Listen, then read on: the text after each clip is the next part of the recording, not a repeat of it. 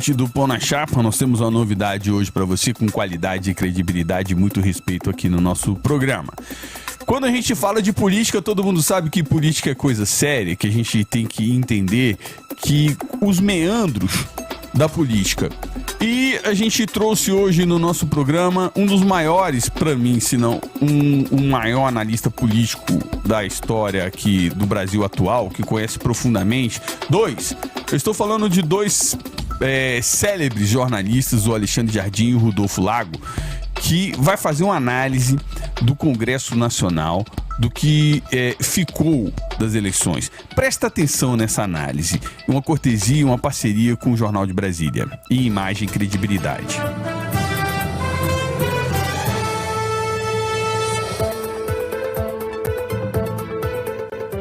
Bom dia! Começa agora este conteúdo feito pelo Imagem e Credibilidade do Jornal de Brasília para levar até você diariamente, logo cedo, o principal fato da capital do país ou da política brasileira, quando eu e Rodolfo Lago aqui reunimos para justamente tratar do que a gente acredita que será o mais comentado do dia. E é isso que a gente vai analisar hoje para você, porque o Congresso Nacional foi outra surpresa, né, Rodolfo? Sem dúvida, eu acho que é interessante a gente ainda seguir fazendo um pouco esse balanço aí final da eleição.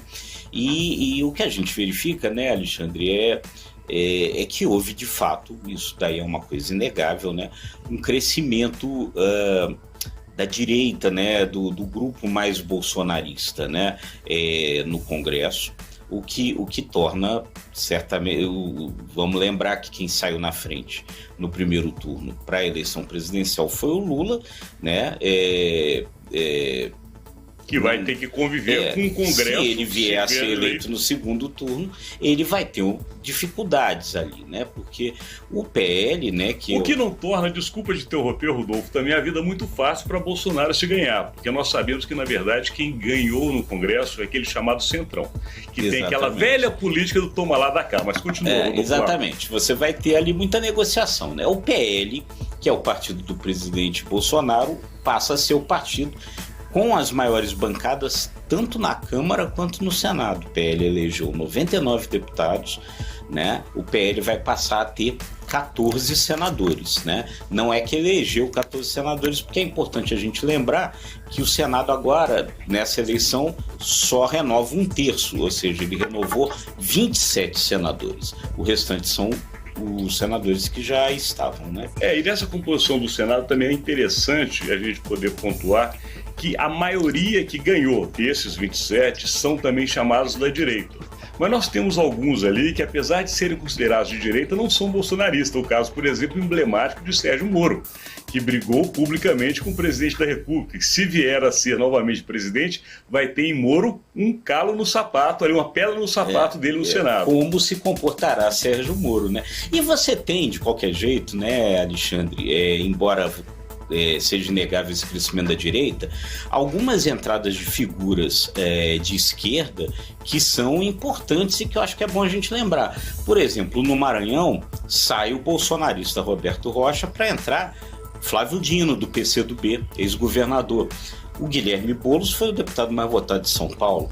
Em Pernambuco, saiu Fernando Bezerra Coelho, que chegou a ser líder do governo para entrar uma petista, Tereza Leitão. Então também é importante a gente observar essas coisas, né? E essa composição de força é importante a gente ressaltar, Rodolfo. A gente já conhece bem aquela casa há muitos anos, que sempre é negociação.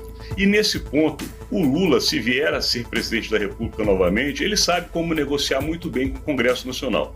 E Jair Bolsonaro já está com o Congresso, entre aspas, negociado. Então, ou seja, esse novo Congresso, de fato, consolida no Brasil aquela máxima: quem manda, de fato, é o parlamento. Exatamente. Você tem aí, eu acho que é importante a gente lembrar um pouco, o peso que vai ter o centro que não é o centrão. MDB, União Brasil, por exemplo, uma outra mudança importante. O próprio Podemos.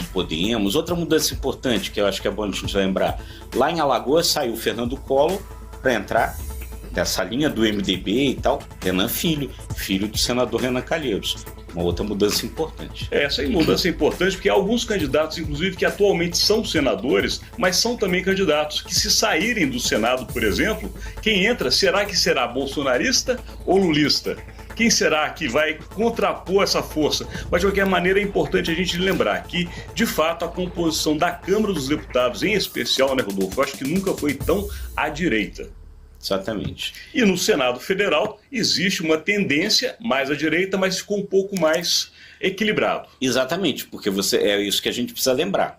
A maior parte do Senado permanece a mesma e o Senado não era assim tão simpático ao Bolsonaro, né? Então é importante a gente lembrar que essa turma continua.